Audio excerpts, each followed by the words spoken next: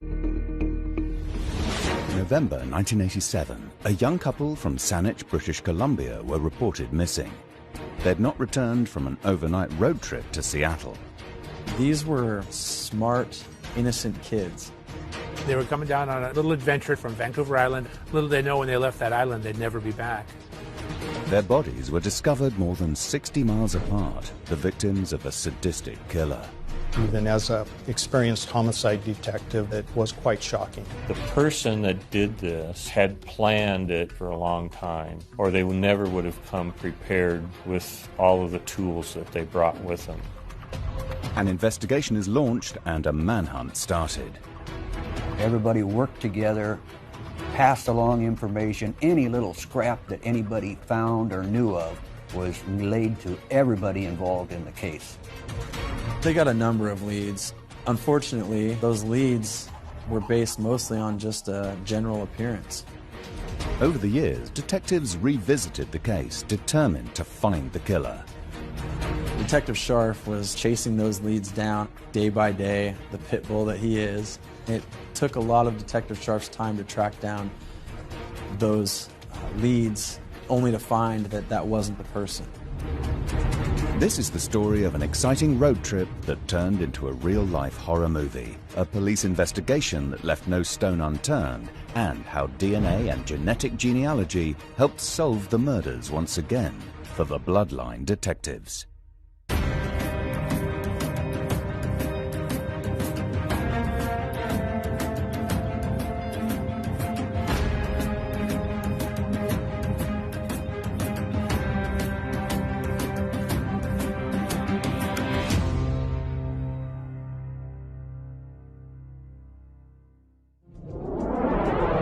On November the 24th, 1987, police in the Skagit County Sheriff's Office in Washington State received a 911 call.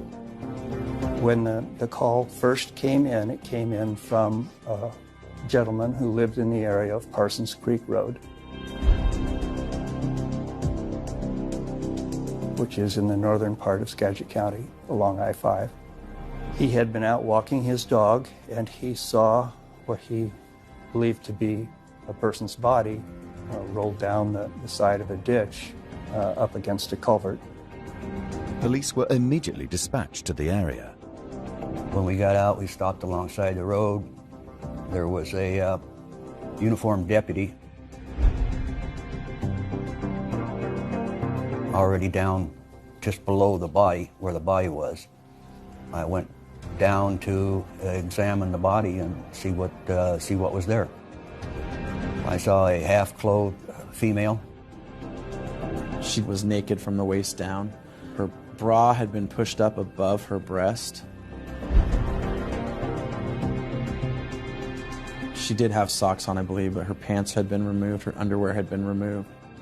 Upon closer examination, I could see that there was blood coming out of the back of her head. She was laying on her back. And there was blood in the dirt and the leaves underneath the head. The coroner was called and detectives started processing the scene for evidence. I searched the area for about 25 feet around the body to see if anything obvious or unusual was there. I found what appeared to be brain tissue, like something had leaked out of the gunshot wound, and that was collected. I stayed up at the top, just looking, found a pair of zip ties that were discarded, fairly close to the road, actually. Then when the coroner got there, myself, the coroner, and the other deputy, we placed the victim in the body bag and took it right straight up the hill from where I came down. Skagit County did not have a coroner's office where they could do autopsies. So they would bring the body to a funeral home and the autopsy would have been done there. The body was that of a young female, 18. She had a gunshot wound to the back of her head.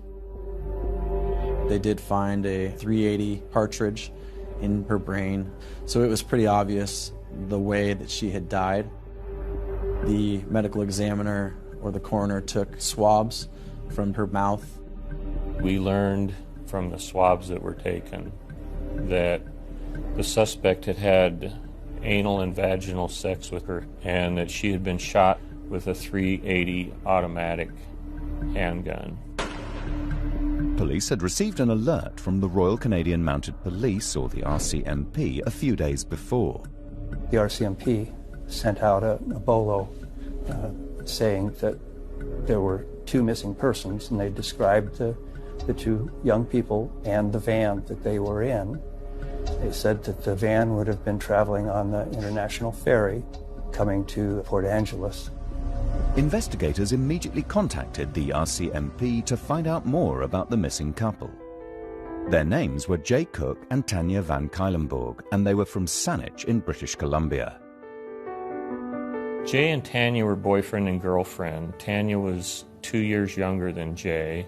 She just graduated from high school. I don't think she fully knew exactly what she wanted to do in life yet, but she did have dreams of becoming a veterinarian. She was passionate about her family, animals. She did play tennis and basketball, but socializing with her friends was a big part of her life, and caring for our family golden retriever and other pets was a real passion of hers. Jay was the type who was quiet, but someone who you wanted in your circle, someone that you wanted to be friends with, because he'd take the shirt off his back and give it to you if you needed it. He's the type that avoided a fight. He wasn't the type that would go out and initiate any sort of physical violence with anybody. They met through some mutual friends. They'd both gone to the same high school in Victoria, and they'd been dating about 5 or 6 months at the time of the trip. His father owned a heating business, and they had a job that they were working on where they needed some furnace parts in Seattle. So for whatever reason, Jay decided that it would be fun for him to go down and run this errand for his dad. And she decided to go with Jay on this trip and get to know him a little bit better. Jay's parents owned a large Ford van. It was like a 3/4 ton window van. It was copper brown in color. Because of the furnace parts they were going to put in the back seat had been removed out of that van. Their plan was to get on the Coho ferry, which was one of the most common ways to get off the island. That ferry would take them to the Port Angeles and then head south at that point to catch another ferry in Bremerton, make it over to Seattle, and then stay the night in the van in Seattle. Wake up, get to Gensco first thing in the morning, pick up those parts, and then head back north. They left on a Wednesday afternoon, I think it was, and the plan was for them to be back by Thursday afternoon. It was going to be a fun trip for them, probably fairly carefree. Just young people out having fun. But on Thursday, they did not arrive back as planned, and Tanya's family grew very concerned. When they didn't return home, my parents were quite certain that there was something wrong. It was very out of character for Tanya to not be in communication. I mean, this was pre-cell phones at this point in time, but still the family expectation that we had at that time was if your plan was going to change like that, you had to at least phone in, tell the parents what was going on. Initially on that Thursday, my dad started to approach the local police saying they were missing and started the process, so to speak. So he did file a missing persons report in Saanich. Saanich police took a report and they notified the Seattle Police Department to put out an all-points bulletin looking for the van and for Jay and Tanya. We're talking about geographically a tremendously large area. You're talking about province of British Columbia and the state of Washington, and 3 counties in the state of Washington, Whatcom, Skagit, and Snohomish. Despite the police issuing a bolo, Tanya's father realized it would take time for them to launch a full-scale search, so he took matters into his own hands. Police authorities, it takes them a while to be convinced, I think, that there's something amiss, because there was really no evidence of anything being wrong yet. You had a couple of quite young kids, a few hours overdue. I think it was a bit of an uphill battle that my dad had, convincing the police of that. Someone he knew had a small aircraft who did some search by aircraft over the Olympic Peninsula and across over Seattle through the Olympic Mountains. From that distance or range, they were looking for the van to see if they could see it parked on some road. But with no sign of the van from the air, Tanya's family started a ground search for them. They were putting up posters, bulletins, going to all the different locations where they might have rented a motel and have been staying locally there. My dad took 2 trips down to Seattle looking for any sort of lead, talking to anyone we could, and putting up more missing persons type posters. So there were 2 trips like that, and I was on the second one. Tanya's friends were also deeply concerned and eager to do anything they could. All of Tanya's friends were engaged. They were around the house. I mean, we were in touch with them. Certainly they've been talking amongst themselves about, had anybody heard from them? Had anybody heard them talk about some idea of running away somewhere else together or anything else? And so her friends, and there were a lot of mutual friends, were all very engaged with trying to help, but nobody had any leads, unfortunately. While continuing the search in Seattle, they received the news that she might have been found. Well, we've been in Seattle that day distributing missing persons posters, and my father phoned home to my mom at about 7 o'clock that night from the Seattle waterfront. My mom earlier that afternoon had received a call from the Skagit County Sheriff's Department saying that they'd recovered a body that they thought might be Tanya, but there was no identification with the body, and so they were wanting a family member to come identify the body. It was a very quiet, somber drive. Very difficult time. You're hoping that it's not Tanya, but after not having any other answers, there's a bit of a sinking feeling that this may well be the answer, but very quiet. There wasn't a lot to be said between the 4 of us, and unfortunately, after we got to Cedar Woolley, and my dad and I together identified Tanya's body. She wasn't battered or beaten in that sense, but unfortunately was lifeless.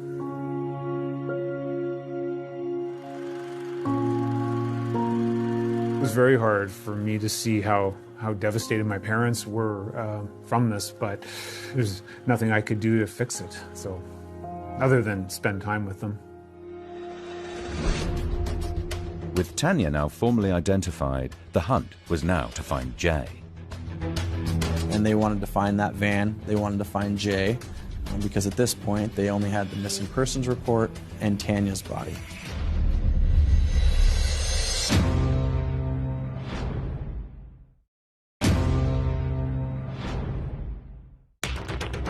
The body of 18-year-old Tanya van Cuylenborg was discovered in Skagit County, Washington on the 24th of November 1987.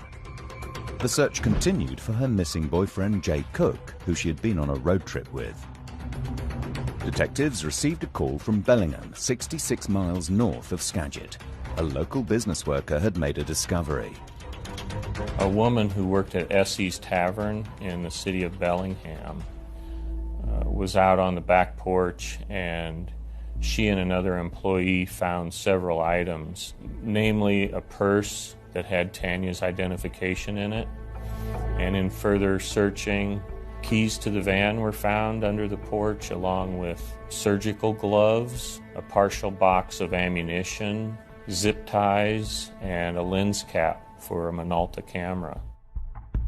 Bellingham Police Department has a detective and a sergeant come out to Essie's Tavern, take a look at the wallet, which was actually retrieved from a garbage can because it was so soiled.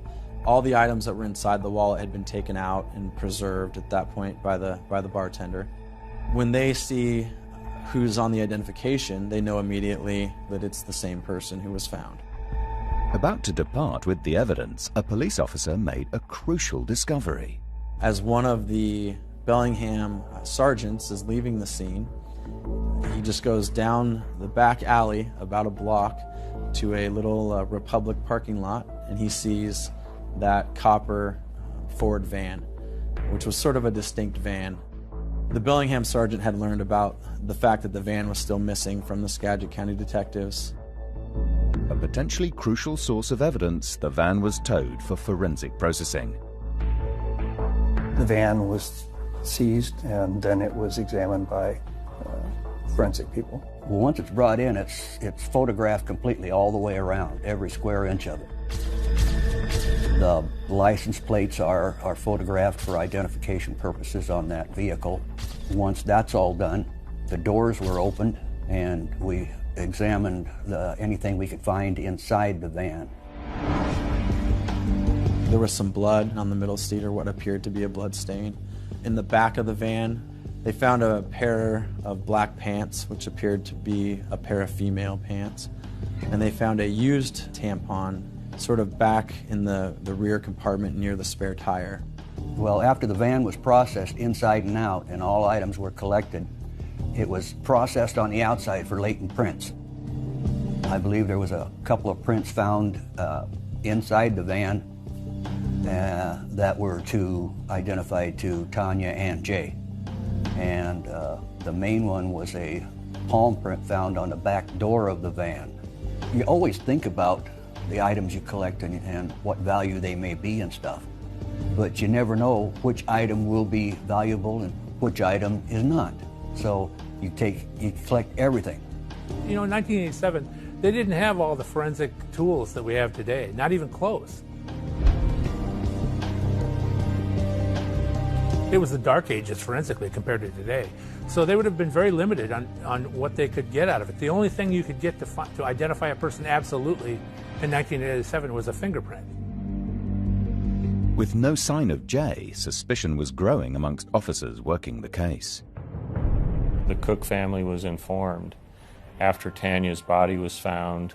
Since Jay hadn't been found at the same location, they told the Cook family to be prepared for the fact that Jay could possibly be a suspect. We didn't know. You don't eliminate suspects until you can prove that they're not a suspect. But we didn't know where Jay was at. Investigators, detectives, they don't want to close off any doors. They want to leave every door open, look at every lead. They may have thought that, yeah, Jay was involved because they didn't have him yet. They didn't know where he was. Nobody had heard from him. But 48 hours after Tanya's body was found, a resident in Monroe County made a gruesome discovery. Jay's body was found on November 26th, which happened to be Thanksgiving Day, 1987. It appeared that he could have been thrown off the bridge, but the investigation determined that he wasn't. He was just found next to a piling at the bottom of the bridge. His upper body was covered in a blue fleece blanket, so you couldn't see a lot at first, other than his legs sticking out from the blanket. They start to remove the blanket, and they quickly realize that there's a lot of blood. He has numerous wounds on his head, on his ear. It appears there's a ligature. They tied twine and a dog collar around his neck and strangled him, and they'd also beat him in the head with rocks. It was a very violent murder. They could see in his mouth at the time was what appeared to be a pack of cigarettes. There was a tissue that was stuffed down Jay's throat behind the pack of cigarettes. And the medical examiner came to the conclusion that Jay died from asphyxiation, both from the ligature that was around his neck, but also the fact that the tissue in the cigarette pack had pushed his tongue to the back of his throat. They can tell in the autopsy whether he was beaten before or after death by whether the wounds bled or not. When you're dead, you don't bleed and you don't bruise. So if they're blood and bruising, that happened before he was killed. It became clear, I think, pretty quickly that Jay had suffered, unfortunately. The wounds that he had and the way that he had been killed is not something that happens fast. They noticed some hemorrhaging around Jay's eyes, around his neck, that told them that he was still trying to breathe. He was still trying to fight back as he was being suffocated or asphyxiated. Detectives now started to trace Jay and Tanya's movements, hoping to get a better understanding of how and where they met their killer. They boarded a ferry that runs regularly between Victoria and Port Angeles on the Olympic Peninsula, which is part of Washington State. So they took the ferry across to Port Angeles, cleared customs, then started driving down the peninsula.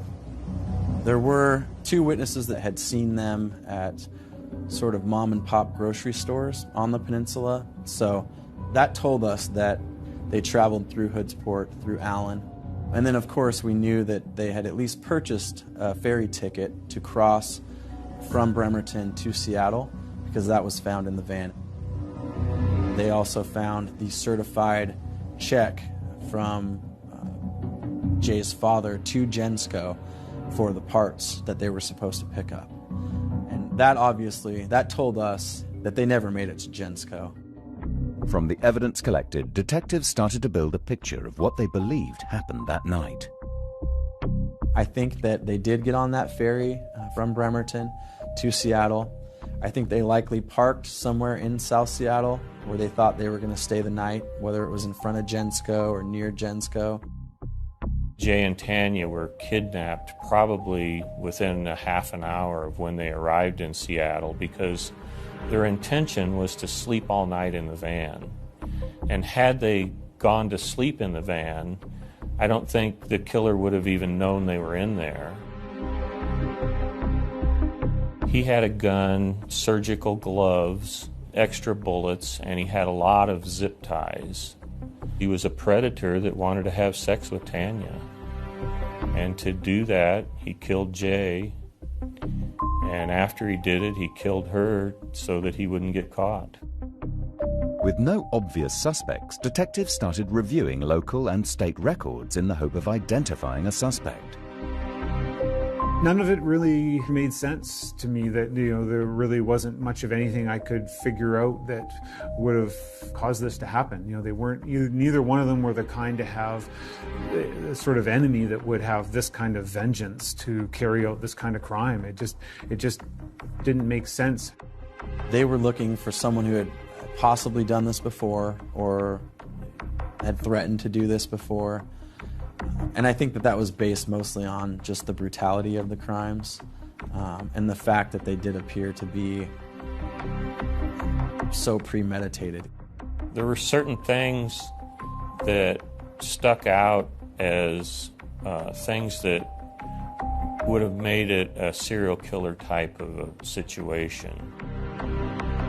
Jay's body was found close to the Honor Farm, which was a farm that was run by the inmates that were in the prison in Monroe.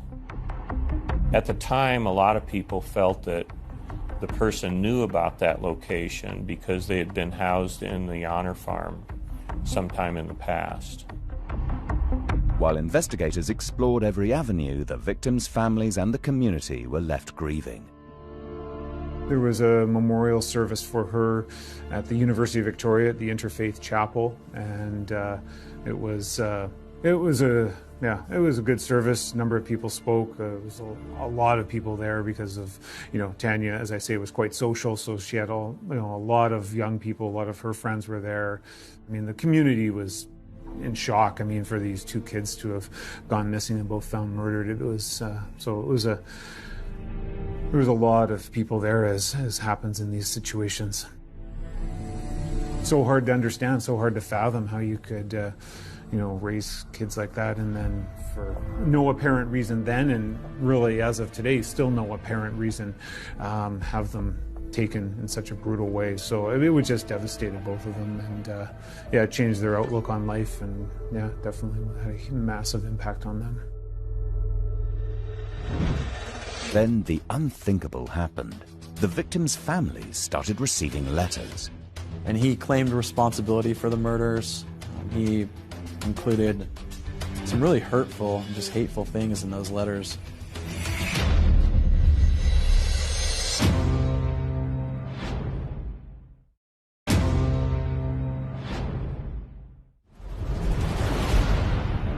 A 4-jurisdiction investigation was underway in Washington State and British Columbia to solve the brutal November 1987 murders of young Canadian couple Tanya van Cuylenborg and Jay Cook. In the December, only a few weeks after their deaths, the case suddenly took a bizarre twist. The families started receiving Christmas cards or holiday cards from someone. Just, you know, happy birthday, Merry Christmas, Happy Halloween, or whatever. The letters were really unusual because they were coming to the family on holidays and Mother's Day, and they were being mailed from different parts of the United States, like New York, San Diego, and Seattle. They brought the cards in to our office, and I processed them for latent prints. When the families receive cards from people claiming to be the killer, it's usually just some nut trying to aggravate them. It's not almost never from the killer. Most of the time, it's just some sick, crazy person getting their thrills that way. I wouldn't expect that to be from the real killer. Although, when it happens, you have to treat it like it is. Detectives decided to feature the case on America's Most Wanted. We ended up getting a tip that identified a person who they believed the letter writer was. The suspect was based in Seattle. We found his apartment. He admitted that, yes, he had written these letters. The man was a 78-year-old Canadian transient with serious mental health issues. He also voluntarily gave us his DNA sample. But that DNA did not match the DNA that was left at the scene. At that time, he was the best lead we had in the case.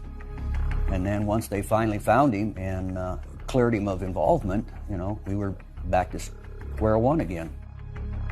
The police continued appealing for information and following up other leads. There were no witnesses that saw anything to provide a name of who they thought, you know, was up to no good. So a lot of tips came in about people that had been housed in the honor farm, or that people who had committed similar types of crimes. We probably developed a couple hundred different names of possible suspects, none of whom turned out to be the perpetrator. The case spanned decades without results. But any time there was a new tip, it was investigated. Detective Scharf was chasing those leads down, I think, day by day, the pit bull that he is. Unfortunately, it took a lot of Detective Scharf's time to track down those leads, only to find that that wasn't the person. But in 2018, officers working the case learned about a new forensic technology, phenotyping. Phenotyping would give us a description of our suspect. It would show the race, his complexion, his hair color, his eye color, and they could even come up with a possible shape of a face to make up a composite likeness of what our suspect could look like. Detectives asked Parabon, the company that developed phenotyping, to build a profile of the killer from the DNA taken from the crime scenes. It was in February of 2018 when Jim Scharf phoned me and said they were looking to have these composite sketches done with this new technology with Parabon, and they were hoping to generate more interest. It only took us 2 or 3 weeks to get the report back from Parabon. They told us that the suspect that we should be looking for had ancestry from Northern European descent. He had blonde or reddish hair. He had green or hazel eyes. He was very light complected. We went ahead and did a news release showing what the suspect could look like at age 25, age 45, and age 65, because our crime was over 30 years old by then. We got probably another 120 tips coming in, but they were tips like, the composite looks like the guy that lives down the street, or he looks like a guy that I saw buying something in the store behind me in line. We didn't get any tips that said it was a person that I saw driving a van like that, or a person who was in the area of Monroe on this date and the murder happened. These profiles, they're looking for the boogeyman sometimes, and you can't spot the boogeyman on a street in any city because they look like everybody else and they act like everybody else. They may have a job, they may have a family, but they have this dark side that nobody knows about. With no solid leads coming from Snapshot, Parabon notified the investigators of a new technique they were using that involved matching the killer's DNA with genealogy databases. Parabon, they can create the profile. They can give that profile to the genealogists who they started to work with, people like C.C. Moore. That sort of set them on a different route, which we're all thankful for today. Jim Scharf was dealing directly with Dr. Stephen Armentrout, Parabon's founder and CEO. Steve told me that he was hoping that by next week he could tell me who the person was, and I kind of laughed.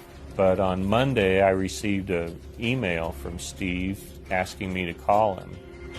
I was on my day off and I called him. He told me that he has narrowed my suspect down to one name. I was like, I don't know if I can believe this or not. I was kind of skeptical.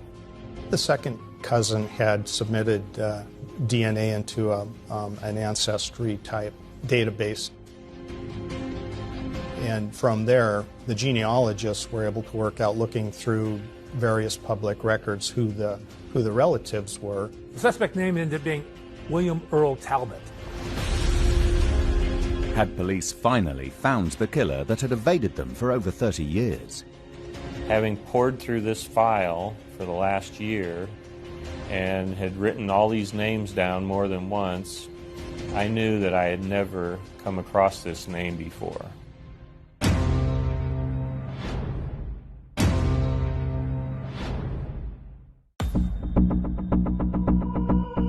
In September 2018, detectives in Skagit County, Washington had just been given the name of the likely killer of Tanya van Cuylenborg and Jay Cook in November 1987. William Earl Talbot II had been identified through genetic genealogy, but despite a major investigation, officers had never come across his name before. The only criminal record that he had was an assault conviction where he had a $150 fine and he got deferred prosecution. So who was he? At home, he would get in fights with his sister. He threatened his disabled father. He pushed the cat into the well. He dropped out of school in high school, and he wouldn't work. One of his friends did get him a job as a delivery person, and one of the destinations that he delivered to was 2 blocks south of the heating company where Jay and Tanya were supposed to stay the night that night. So I believe that he was down there prowling around that area that night for some reason when he ran into Jay and Tanya. Detectives needed to collect the evidence to prove that William Earl Talbot was the murderer. People have a misunderstanding about genealogy. Genealogy isn't evidence. It's not presented in court as proof that the person is the killer. That's just a lead. The evidence is when you finally get that guy and you get a DNA sample somehow and you match that sample to the evidence sample, and that's the evidence that's presented in court. Genealogy is only a lead. It points detectives in the right direction. Investigators discovered that Talbot was still working as a truck driver. We enlisted the Violent Offender Task Force and the Narcotics Task Force to start following him around, and we told them that we wanted them to recover anything that he discarded that had touched his mouth, because we wanted to get his saliva sample. They were sitting outside his place where he drives the truck, and they watched him drive away. He stopped at a light or stopped somewhere right by the place and got out of his truck, and when he did, a coffee cup fell out of the cab of his truck. He got back in the truck and drove away. They collected the coffee cup. That cup was taken to the lab and a DNA profile was obtained from that. And that ended up being the match of the suspect DNA that was found in and around Tanya's body. It was a really, really powerful moment in my life. My eyes teared up and I yelled out a scream and said, "We got him." The investigation team started to put a plan together for his arrest. What I wanted to do was arrest him under the most favorable conditions to us, which was probably leaving work because he probably wouldn't be allowed to carry a gun with him while he's working. Jim Scharf and the team staked out Talbot's workplace. About 6 o'clock that night, they said that they saw him coming, and when he pulled up to the gate, I was sitting across the street and I could see him, and I recognized him from the pictures that I'd seen. So as soon as he pulled through the gate, then I moved in. Initially, Detective Scharf and his partner approached the suspect and asked him if he wanted to discuss this case. The suspect wasn't willing to talk. And he said, "No, why don't you come back tomorrow or the next day?" And I said, "No, we'd like to take care of this today. Why don't you show me your identification so that I'm sure that you're who you say you are?" And he said, "I told you who I am." I said, "I know you told us who you are, but I still like to see your identification." And he said no. I could see that he was not going to cooperate. I told him to turn around and put your hands behind your back. You're under arrest. And he said, "What for?" And I said, "For one count of first-degree murder. Now turn around and put your hands behind your back." And he just stood there. So I'm ready for him to fight. So I reached up with my left hand and put it behind his right shoulder, and I said, "I told you you're under arrest, now turn around." And as I pushed him, he actually turned around. And that surprised me, because I was thinking that he was going to fight. They put him in the back seat of the car, and we headed off to the courthouse. I had Luke turn up the radio and put the speakers in back so that all he could hear was the radio. And I got on the phone and I called John Van Cuylenborg. He told me that, he goes, "Yeah, we got him, we've arrested him." And I said, "Really?" My first question was, "Well, where is he?" And I said, "He's sitting in the back seat." And that was a moment where I realized, oh, this is real. This is unbelievable. This is like Jim sitting a few feet away from this guy now in some vehicle. And yeah, it was just a surreal moment. All those years of all the phone calls and all the information, all of a sudden, finally someone had been arrested. You know, this is the first arrest in 31 years. Luckily, I was sitting in my recliner at the time at home when I got the call. And I just sort of, took a deep breath and sat there for a while. I felt a relief that we had him, he didn't get away. So now it was just a matter of getting him processed, getting him booked, and we were on our way to getting the conviction. On June the 11th, 2019, the trial began, and John Van Cuylenborg finally faced his sister's killer. Very difficult, obviously, to restrain your emotions in that kind of setting, but he never really showed any emotion at the arraignment or any of the pre-trial hearings. Certainly nothing close to remorse, no. Willard, who was at the crime scene, was brought in to testify. I was tense. I was a little nervous, trying to remember things that you did 32 years ago when you can't remember what you had for breakfast in the morning. He had me re-identify the pants that the semen stain was found on. There were certainly parts of the evidence and the testimony that were extremely hard and emotionally to listen or to see because of, involving loved ones in this kind of a murder trial. There was certainly that impact part, but there's just a certain level of anxiousness that, because in the way the criminal justice system works is, the defense only needs to induce a reasonable doubt. The only thing you could possibly have to say is, well, is there a way that she could have had consensual sex with him? Could that have happened? And of course, in this case, ridiculous. Of course it couldn't have happened. She's with her boyfriend, came down from Canada, and this guy meets her and has consensual sex? I don't think so. The trial ended on June 28th. In an opening statement, I remember at the end when I told the jury that they were going to have some questions about what exactly had happened and why it had happened. But I told them they weren't going to have any questions about who had done it. And I looked at him and I pointed to him. No reaction. No smirk, no looking down, no blinking, just no reaction. I think that he was convinced that he was going to be found not guilty and that he would be on his free way. After 3 days deliberating, the jury came back with a verdict. They found the defendant guilty of both of the murders and guilty of the aggravating factors. There's two things about DNA. It absolutely convicts the guilty and it absolutely exonerates the innocent. He was sentenced to 2 terms of life imprisonment, and that is the highest that he could be sentenced to in this state. These crimes, because they're violent crimes, they all run consecutively, mandatorily in Washington State.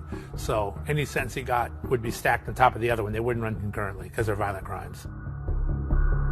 I was very happy that somebody had been arrested and knew that it was going to be a long process to get through trial, to get to a conviction, but knowing that it was the right thing to do to have that process play out and have someone held accountable. It was just a necessary part of the process. Tanya's parents never recovered from Talbot's horrific actions. My mom was even more withdrawn than before. She was not the most outgoing person, but she was. It just devastated both and broke their hearts. I got to meet Tanya's brother and Jay's family, Tanya's cousin. They're all wonderful people. I love them dearly, and I'm glad I was able to help them get some answers. Life isn't fair. You can't make everything fair, but you can hold somebody accountable. And even though it took a long time, we finally held Talbot accountable. He's locked up in a cell 23 hours a day, and nobody's ever going to be harmed by him again. I'd like to think that justice delayed is still justice. It's 30 years too late, but I think it's a credit to Detective Scharf and to the other people who stuck by this case, who were just relentless over the years. To me, this tool of genetic genealogy has given me the greatest opportunity of my career. It's fulfilled every dream I've had from when I was a little kid, and I'm still a little kid, and I still want to catch more crooks. There's no case too cold to be solved, right? There's not. Although these guys, when they're sitting there at home and they watch the news and hear about another cold case from 25, 30 years ago getting solved, they start to get nervous, and that's my message to any people out there that killed somebody and thought you could get away with it. And be afraid. Be very afraid. Wake up in the middle of the night thinking about it, because they're coming to get you.